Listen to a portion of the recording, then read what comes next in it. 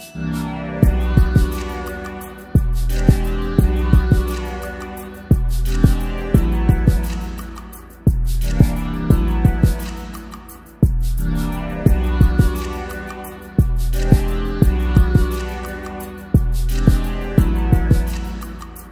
me today, I have a brand new 2019 Mazda 3 Hatchback, and it doesn't matter how you stare at it or which angle you look at it, it looks good. In fact, it looks better than good. It looks amazing.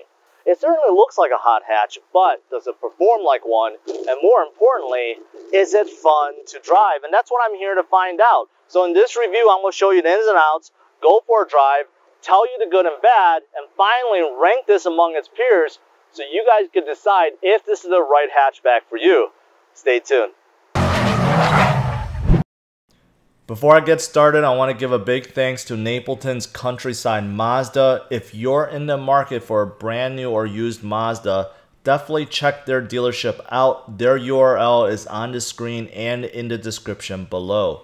Now, moving on to the front end of this hatchback, what I love about the front end is Mazda was able to make it look aggressive and look like a hot hatch without losing the elegance that you find across all Mazda's lineup. I love that. There's not a lot of fake trim pieces or grills and stuff like that that kind of don't belong. Now, starting with these headlights, inside is all black, so that's why this flows really well into the large black grille in the middle. This is all LED, by the way, turn signal, projector, this is all LED, and you get this nice daytime running light circle ring that really pops at night. And interesting enough, there's no fog lights down here, but overall, take a look at what the front end looks like. It just looks good. Now, moving on to the side, again, Mazda figured out how to make this look aggressive and like a hot hatch without a lot of creases, edges, fake trims, and all that stuff. And that's because of what's back here. Now, for some reviewers and YouTubers, they think the C-pillar is awkward looking and it doesn't belong because you can see there's a big gap over here. But I think it flows really well and it works, mainly because take a look at the back. It slants down, kind of like a sports coupe, not like a traditional hatchback where you think the back just cuts off.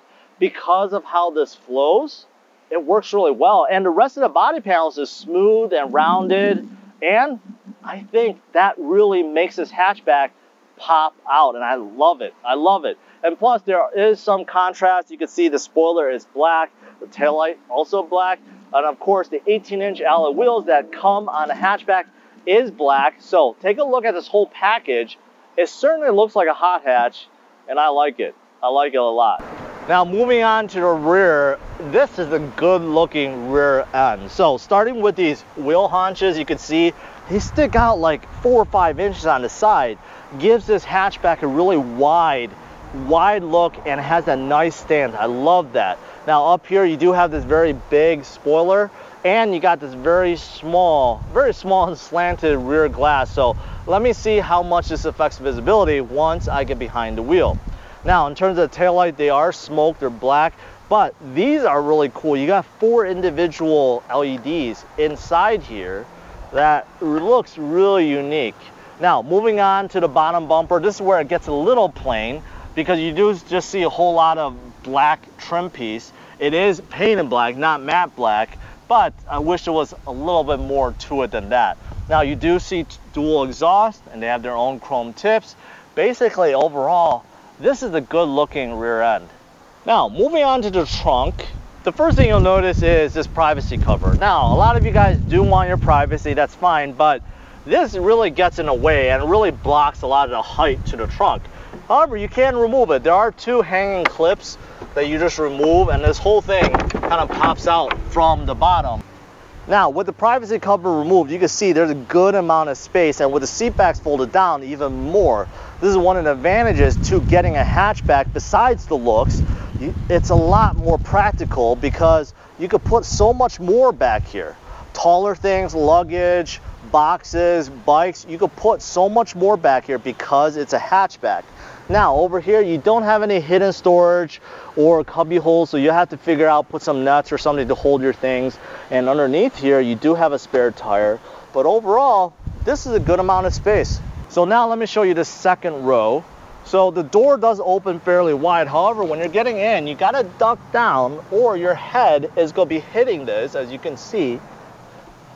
So unfortunately, you do have to watch out for that. And if you're really on the taller side, you're really not gonna fit back here. Once inside, I do have about 2 or 3 inches left of headroom, but still, I can feel my head is pretty close to the top. Now, in terms of leg room, probably 2 to 3 inches left. So those of you guys that are taller side, you're not gonna be very comfortable back here. Now, what else do you get? Well, you do get these nice red leather seats that's available as a color option. So this really pops with the black, the contrast, I like that. Unfortunately, there's no vents over here. So there's no vents, no USB ports, no outlets, so that's lacking. And also in terms of cup holders, you get a pair in the center and one on each door panel, and that's pretty much it back here. Of course, the seats can fold down and gives you an enormous amount of trunk space because this is a hatchback, and that's a big positive. However, for passengers, this is really reserved for people on the shorter side or for kids. Get even more trunk space, all you have to do is press this button on the side here, and then these seats fold down, and take a look. This folds nearly flat and you get an enormous amount of trunk space with both seats folded down. Now moving on to the front, take a look at these seats. I really like this design, very sporty. I'll see how it holds me in while I go for a drive, but I do love red seats. I love the contrast, and you can see that carries to the door panel. You got aluminum, black and red, and take a look how this chrome piece goes and flows into the handle. That's really nice. And overall, this cabin, just very elegant and luxurious. If I told you this was an Audi, I think a lot of people would believe me. This looks fantastic. Really elegant, really stylish. I love it. Now, starting with the infotainment system, this is a large 8.8-inch screen. It is not touch. And unfortunately, in the direct sunlight, it gets a little faded, but that's how a lot of screens are. But everything is controlled through this knob where you can spin and push down. Okay, and then also there's some quick buttons. This is back, this is home, music, and this is navigation.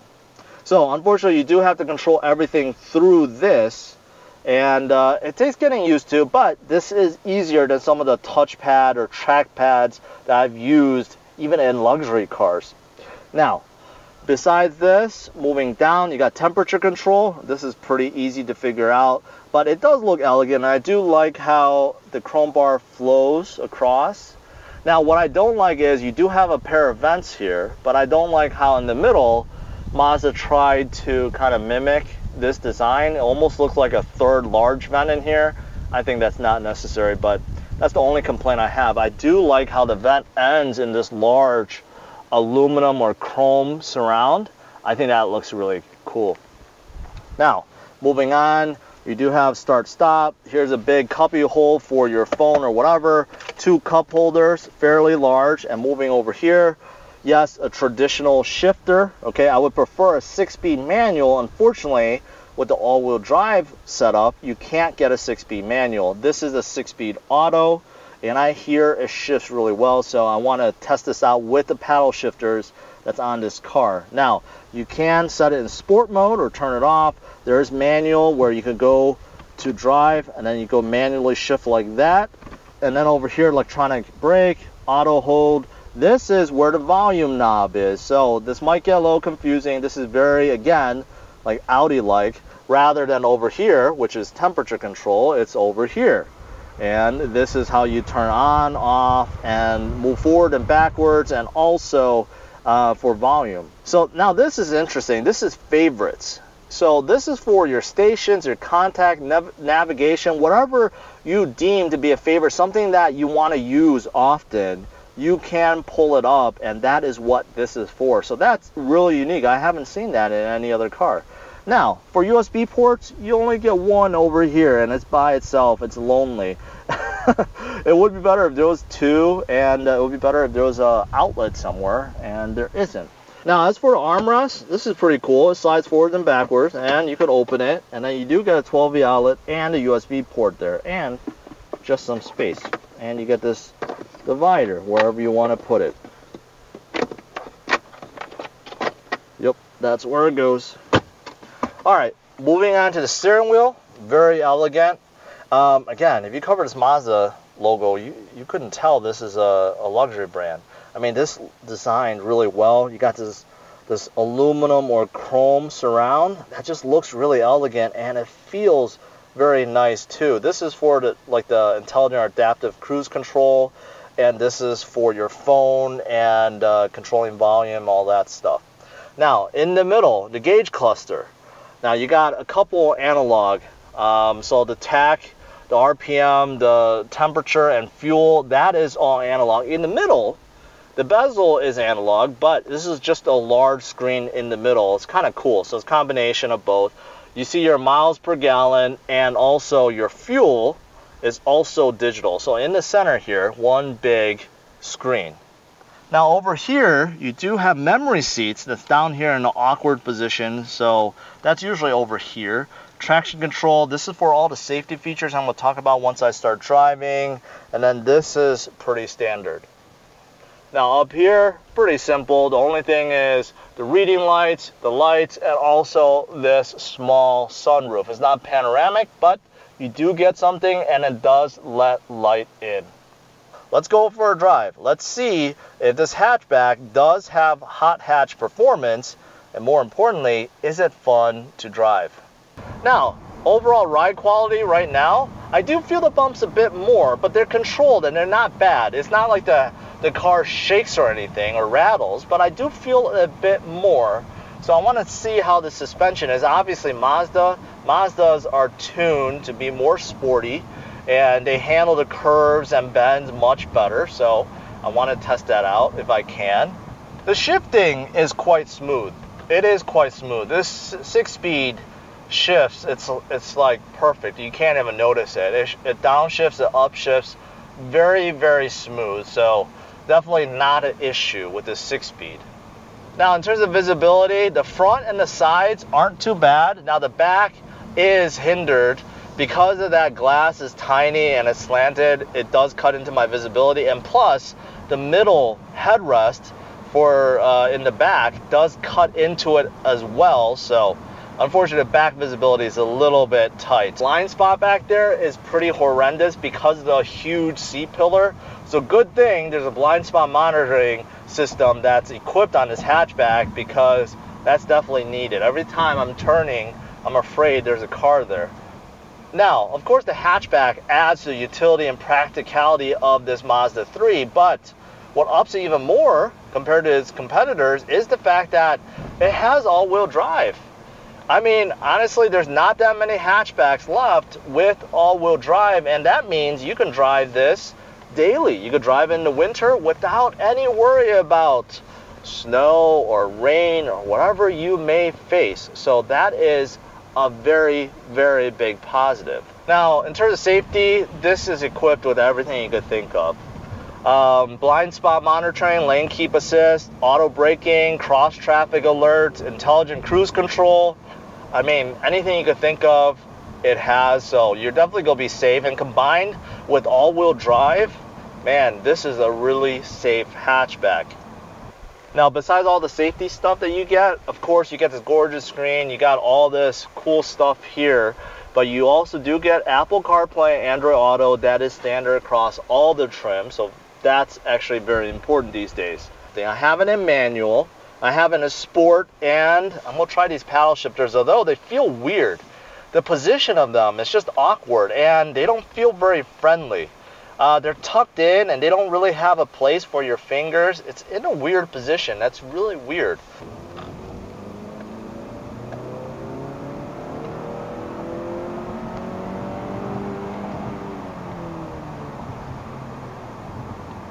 Okay, so there's some cars on the road, so I didn't have a complete straightaway, but I got up to about 60 miles per hour starting from second gear on. This engine is 186 horsepower and 186 pound-feet of torque. Unfortunately, it's not turbo. It's a natural aspirated 2.5 liter. So the torque doesn't kick in very early until 4,000 RPM. So even though it's a lively acceleration, it's nowhere near, say, Civic Sport that I recently tested. Even though that had less horsepower, the torque kicked in much faster. That felt more lively and definitely was faster. Now the ride is super quiet. It is really quiet in here. I mean, there's so much sound insulation and dampening that even under full acceleration, I didn't hear much from the engine, which is great. Unfortunately, it dampens the exhaust too, so I don't hear much from the exhaust side either. But no wind noise. There's very little road noise. I just came to a stop. The brakes feel pretty good. They're about normal. They catch on when expected. Pretty linear feel, so that's good. This steering feels precise. It doesn't feel heavy. See, that's the thing. Some manufacturers, they don't have real precise steering. So what they do to kind of hide that is make the steering heavier. So it makes you feel like there's more substance to it when you're turning. But it still feels vague and artificial. But Mazdas, they know what they're doing. You know what else I really like are these seats. They're sporty seats. They're not sports seats. Sporty seats. So not only does this red leather look really good, but it has enough bolstering and is wide enough. So there's a lot of sports seats I tested, or sporty seats I tested, where the bottom cushion was too stiff or it's not wide enough. So I felt like my hips or thighs were like bulging out. Not so much in this. It's actually a really good width, so that, you know what, I feel very comfortable and I don't feel like I'm sliding out. Now, those of you guys that are wondering about stick shift, yeah, I wanted to test one out, but they're really hard to find. I mean, the ones that appear in the lot to get bought right away, because you know what, stick shifts are just fun. They're much funner, and on a car like this, they really belong. But unfortunately, if you opt for the stick shift, you can't get all-wheel drive. You can only get it in front-wheel drive, which kind of sucks. So, you know, if Mazda made that as an option, you could get all-wheel drive with a stick shift. That would be a really good pairing. And plus, if they upgrade the engine to maybe that 2.5 turbo engine that's found in the CX-5, then you better watch out. Now, as for pricing, with the Mazda3 Hatchback, you have three options: the normal hatchback, the preferred package, and the premium package. And the one I'm testing today is with the premium package. Now, the all-wheel drive option does tack on $1,400. In my opinion, it's definitely worth it.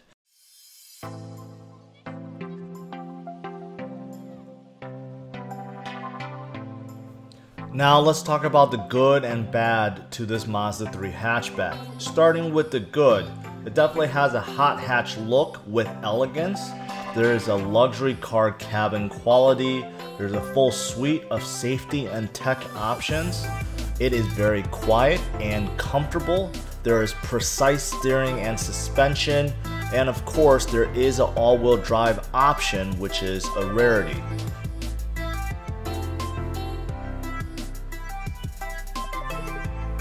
Now, as for the bad, there are a few as well. The second row space and amenities is lacking.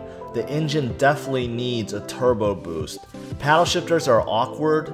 There is no 6-speed manual option with all-wheel drive. And lastly, the rear and blind spot visibility is poor.